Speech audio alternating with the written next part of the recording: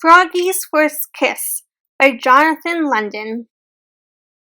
It was the week before Valentine's Day, and for Froggy, Valentine's Day meant candy, but it also meant love.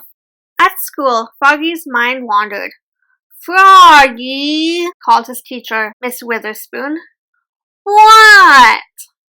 "Kindly pay attention, dear." And that's when he saw the prettiest score frog in the world, the new girl in class.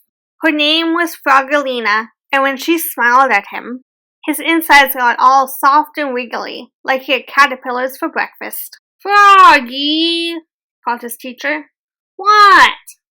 "Your eyes should be on your work, dear. It's not polite to stare."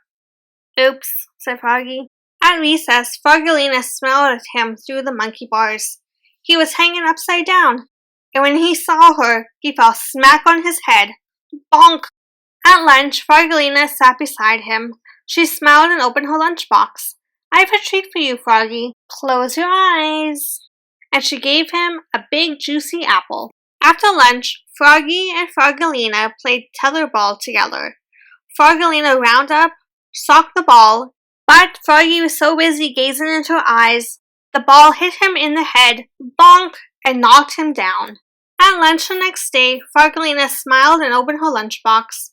"I have a goodie for you, Froggy. Close your eyes." And she gave him a cookie shaped like a heart. That afternoon, Froggy and his class made valentines.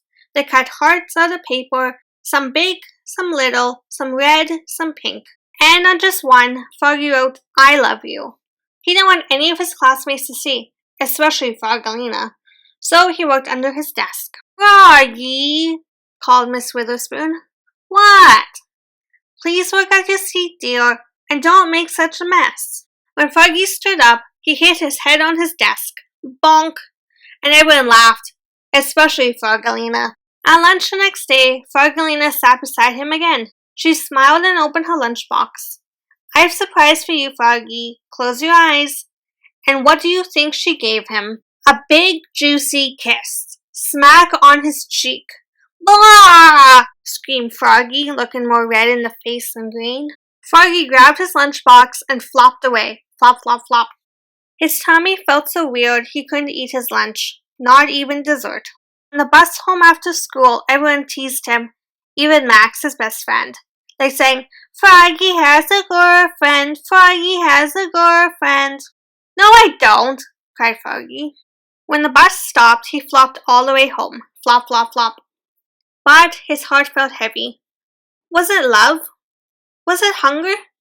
Was it his backpack filled with Valentine's Day cards? "What did you do at school today, Froggy?" asked his mother. "We made valentines," said Froggy. "Did you make one for someone special?" Froggy turned almost purple and flopped into his room. Flop, flop, flop.